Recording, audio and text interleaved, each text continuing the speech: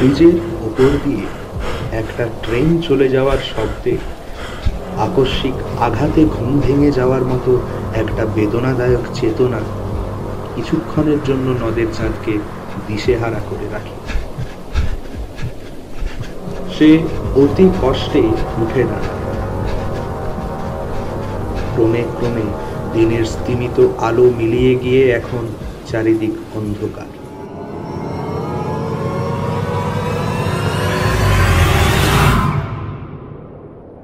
পারিপার্শ্বিকের চাপ থেকে মুক্ত হয়ে নিজের সত্তার প্রকাশ, শুধু তাই কি স্বাধীনতা? নাকি মনের ভিতর যে অন্ধকার বাসা বাঁধে সেখান থেকে মুক্ত হয়ে আলোয় এসে দাঁড়ানোর মধ্যে স্বাধীনতার প্রকৃত সত্য? ভারতের ৭৯তম স্বাধীনতা দিবসে দ্রোহীনের বিশেষ নিবেদন, মানিক বন্দ্যোপাধ্যায়ের কাহিনী অবলম্বনে নদীর বিদ্রোহ। গল্পের সূত্রধার সৌদীপ্ত, নদের চাঁদের ভূমিকায় সুতীর্থ, অন্যান্য চরিত্রে সৌহার্দ। শুরু হচ্ছে নদীর বিদ্রোহ।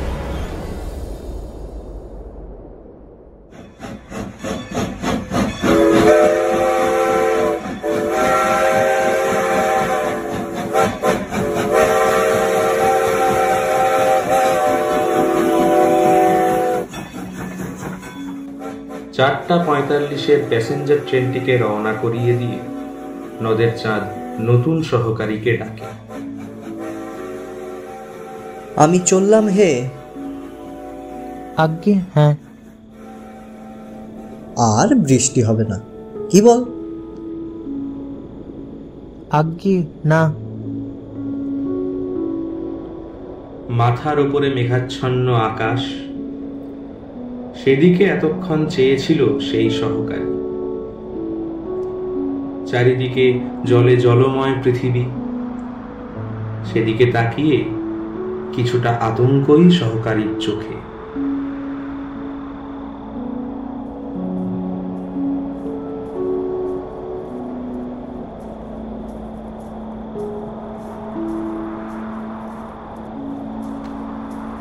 নদের চাঁদ লাইন ধরে ১ মাইল দূরে নদীর উপরকার ব্রিজের দিকে হাঁটতে থাকে।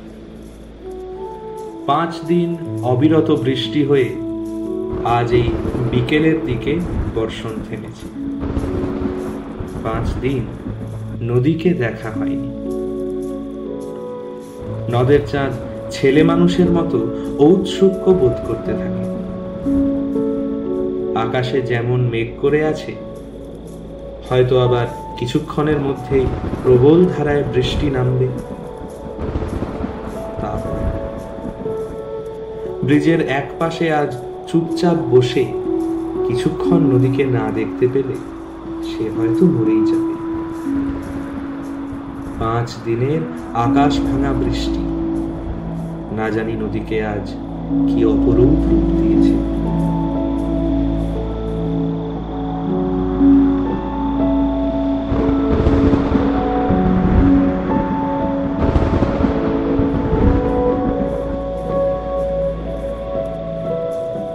দুদিকে মাঠ ঘাট জলে থই থই। রেলের উঁচু বাঁধ ধরে হাঁটতে হাঁটতে নদের চাঁদ নদীর বর্ষণ পুষ্ট মূর্তি কল্পনা করার চেষ্টা করতে লাগল। ৩০ বছর বয়সে নদীর জন্য নদের চাঁদের এত বেশি মায়া একটু অস্বাভাবিক। কেবল বয়সের জন্য নয়, ছোট হোক তুচ্ছ হোক, সে তো একটা স্টেশনের স্টেশন মাস্টার। দিন রাত মেল, প্যাসেঞ্জার আর মালগাড়ির তীব্র বেগে ছোটাছুটি নিয়ন্ত্রিত করবার দায়িত্ব যাদের, সেও তাদেরই একজন। নদীর জন্য এমন ভাবে পাগল হওয়া কি তার সাজে? নদের চাঁদ সব বোঝে, কেবল নিজেকে বোঝাতে পারে। নিজের এই পাগলামিতে যেন আনন্দই পায়।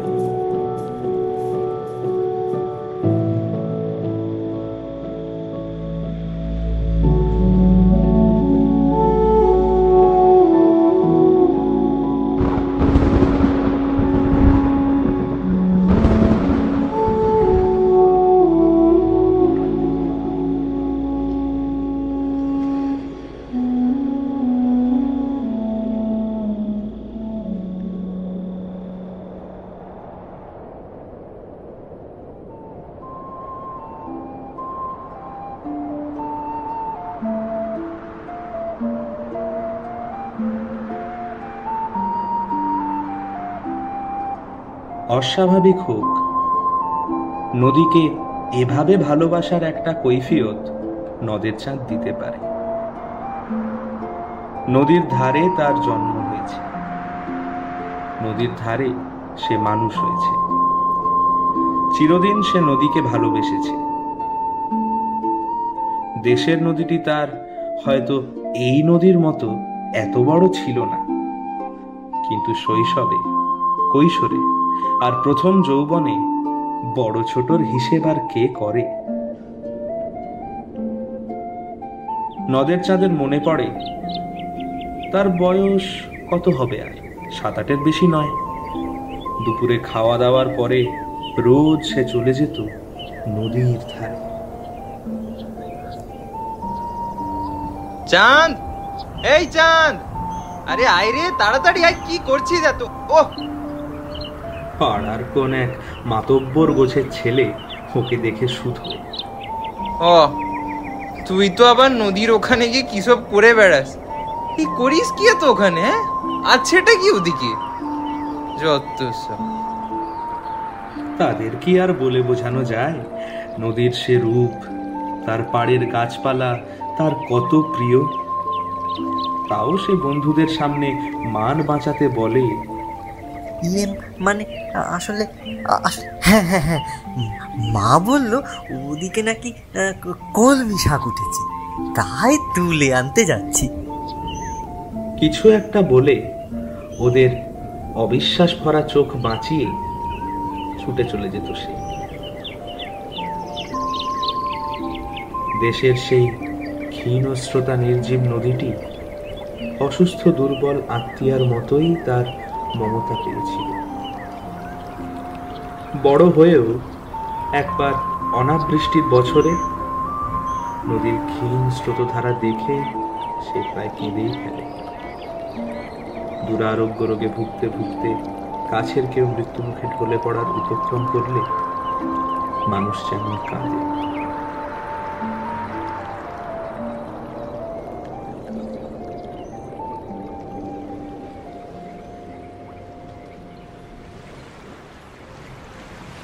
ব্রিজের কাছাকাছি এসে প্রথমবার নদীর দিকে চোখ ফেরাতেই নদের চাঁদ হতবাক।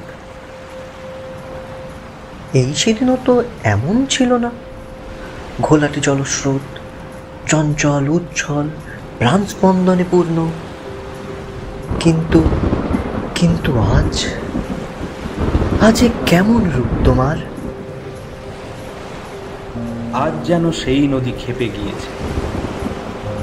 গাঢ়তর পঙ্কিল জল ফুলে ফেঁপে ফেনোচ্ছ্বাসিত হয়ে ছুটে চলেছে। এতক্ষণ নদের চাঁদ একটি সংকীর্ণ ক্ষীণস্রোতা নদীর কথা ভাবছিল। 4 বছরের চেনা এই নদীর মূর্তিকে তাই যেন আরো বেশি ভয়ঙ্কর, আরো বেশি অপরিচিত মনে হল তার। ব্রিজের মাঝামাঝি ইট, সুরকি আর সিমেন্টে গাঁথা কংক্রিট পোস্টের শেষ প্রান্তে বসে সে প্রতিদিন নদীকে দেখে। আজও সে সেখানে গিয়ে বসল। নদীর স্রোত ব্রিজের এই দিকে পোস্টগুলোতে বাধা পেয়ে ফেনিল আবর্ত রচনা করেছে। এত উঁচুতে জল উঠে আসছে যে মনে হয় ইচ্ছে করলে বুঝি হাত বাড়িয়ে স্পর্শ করা যায়।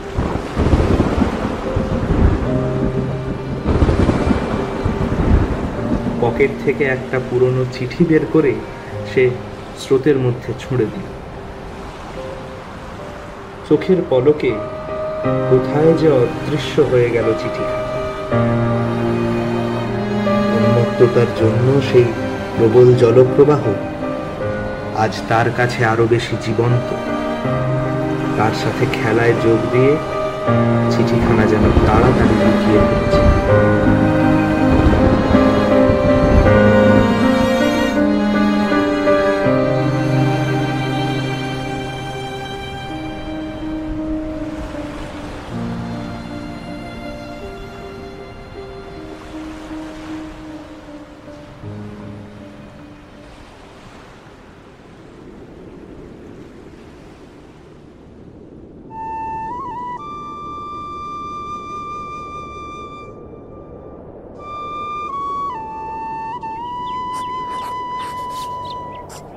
প্রিয়তমা, বহুদিন তোমার কোনো খোঁজ নেওয়া হয়নি। আসলে এত কাজের চাপে অবসরই পাওয়া হয়ে ওঠেনি। আর জানো তো, নতুন বড়বাবু আপিসে আসার পর থেকে সকলের কাজের সে কি হিড়িক, কিছুটা বাবুর জোরেই, আর কিছু জনের উপর পদে যাওয়ার পরম তৃপ্তি। আমার বাবু ওসব আসে না, বেশ তো আছে। কিন্তু তোমার কথা বেশ মনে পড়ছিল, তাই একটু সময় বার করে নিলাম। ঠিক তোমাকে জানিয়েছিলাম না এখানে একটা মেলা বসে, তোমার জন্য একটা বেশ তাঁতের শাড়ি কিনেছি, তোমার চুলে বাঁধার ফিতেও। তোমার কি মিষ্টি দেখতে লাগবে গো, পরের বার যখন সাবিত্রী ব্রত করবে এই শাড়িটা পরে। তোমার পাতাবাহার খুব পছন্দের তো। আমি খুঁজে খুঁজে এখানে এক বিলিতি বাবুর বাগান থেকে বেশ কয়েকটা জোগাড় করেছি। বাবু বলছিলেন কি বাহারি পাতা তার, আমি এমন দেখিনি। আসলে সময় নয়, কিন্তু খুব নাকি ভালো জাতি। এখানে একদিন তোমায় আনবো, চারিদিকে কত সবুজ। আবার এখন তো কি বৃষ্টি ছড়িয়েই চলেছে। নদীটার দিকে যখন তাকিয়ে থাকি, জানো, আমার মনে হয় ও যেন আমায় ডাকে। কি কাতর সে সারা, তোমাকে আমি বলে বোঝাতে পারবো না। ঠিক মনে হয় ও যেন আমার জন্যই এখানে বয়ে চলেছে, আমিও যেন শুধু ওর জন্যই এখানে এসে পড়েছি। আমার কোনো এক ছোট্ট টুকরো যেন ওই নদীটার পাড়ি জলে বাঁধা হয়ে আছে। মাঝিরা যেমন নৌকো বেঁধে রাখে, ঠিক তেমন। কিন্তু কখন বেশ ভয় হয়, বানভাসী নৌকোর মতো যেন ভেসে না যায়। কিন্তু কেন যাবো না বলো তো? তুমি তো আমার ননু, আমাকে ঠিক আটকে রাখবে, তুমি ভেসে যেতে দেবে, আমি জানি।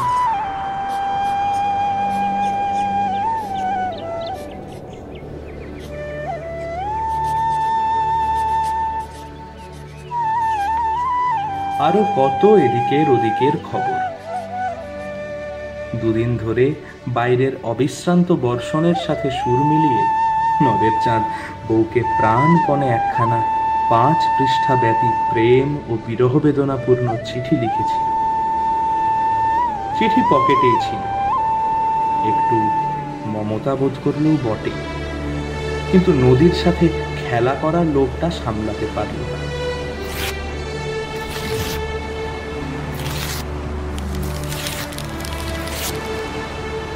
একখানা পাতা ছিঁড়ে দুমড়ে মুচড়ে জলে ফেলে দিতে লাগলো।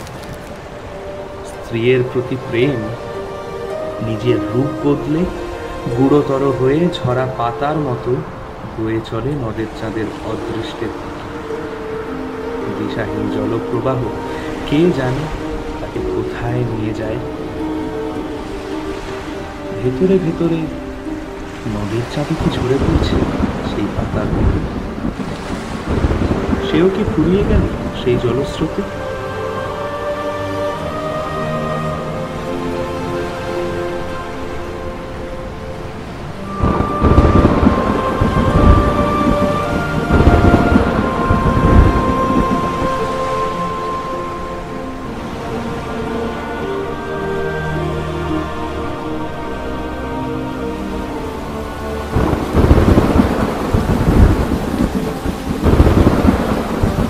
তারপর নামলো বৃষ্টি।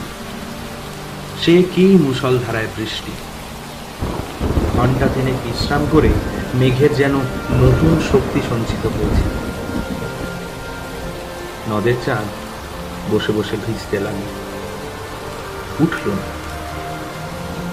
নদী থেকে এক অশ্রুতপূর্ব শব্দ উঠে আসছে, তার সঙ্গে বৃষ্টির ঝমঝম শব্দ মিশে হঠাৎ এমন এক সংগত সৃষ্টি করল যে নদের চাঁদের ভেতর থেকে ছেলে মানুষই আমল সব মিলিয়ে গেল। তার মনে হতে থাকে এই ভীষণ মধুর শব্দ শুনে তার সর্বাঙ্গ অবসন্ন হয়ে আসছে।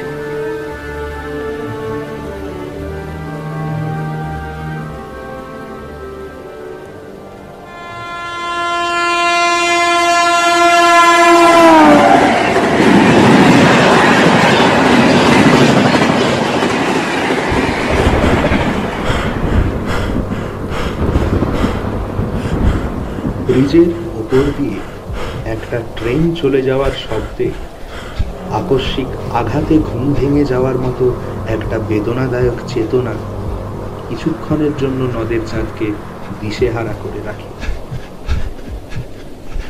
সে অতি কষ্টে উঠে দাঁড়ায়। ক্রমে ক্রমে দিনের স্তিমিত আলো মিলিয়ে গিয়ে এখন চারিদিক অন্ধকার। বৃষ্টি একবার কিছুক্ষণের জন্য একটু কমে গিয়ে আবার প্রবল বেগে বর্ষণ আরম্ভ হল। বড় ভয় করতে থাকে নদের চাঁদ।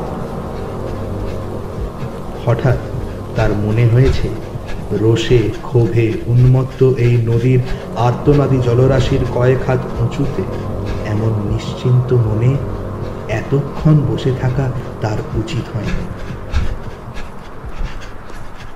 হোক ইট সুরকি সিমেন্ট পাথর লোহা লক্করে গড়া ব্রিজ, যে নদী এমন ভাবে উন্মাদ হতে পারে তাকে বিশ্বাস নেই।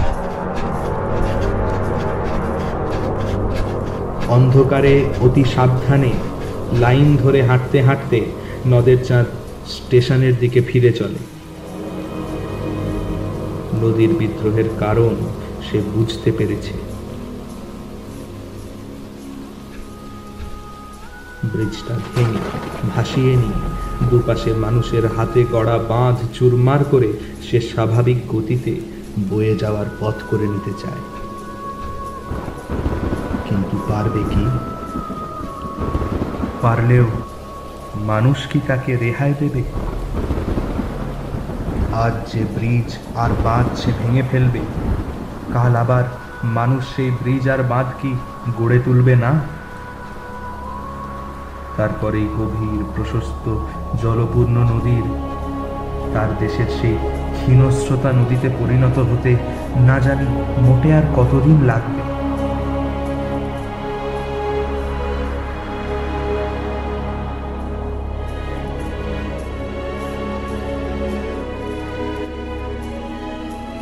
স্টেশনের কাছে নতুন রং করা ব্রিজটার জন্য এতকাল নদের চাঁদ গর্ব অনুভব করেছে, কিন্তু আজ তার মনে হলো কি প্রয়োজন ছিল এই ব্রিজের।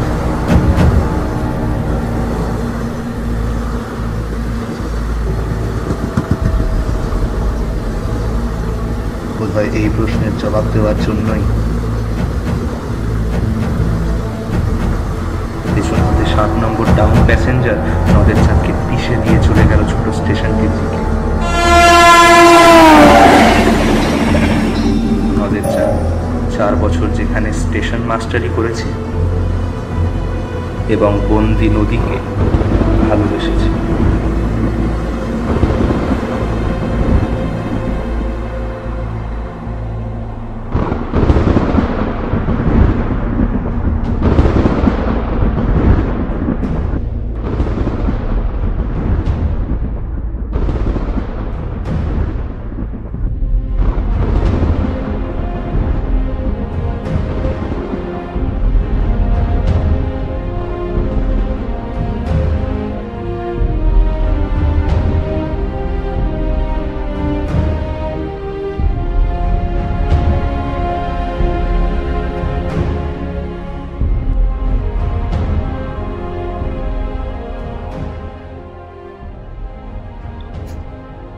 আপনারা শুনলেন দ্রোহিণের নিবেদন, নদীর বিদ্রোহ।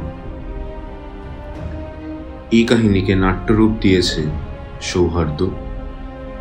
আবহ সঙ্গীত পরিচালনায় সৌহার্দ্য ও অরুণাভ, পোস্টার ডিজাইনে সৌমদ্বীপ এবং পর্ব পরিচালনায় অরুণাভ ও সৌহার্দ্য।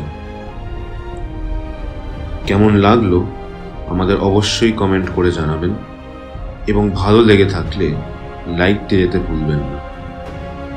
নাট্যচর্চায় রুচি থাকলে আমাদের ইউটিউব চ্যানেলে সাবস্ক্রাইব করুন। দেখা হবে খুব শীঘ্র।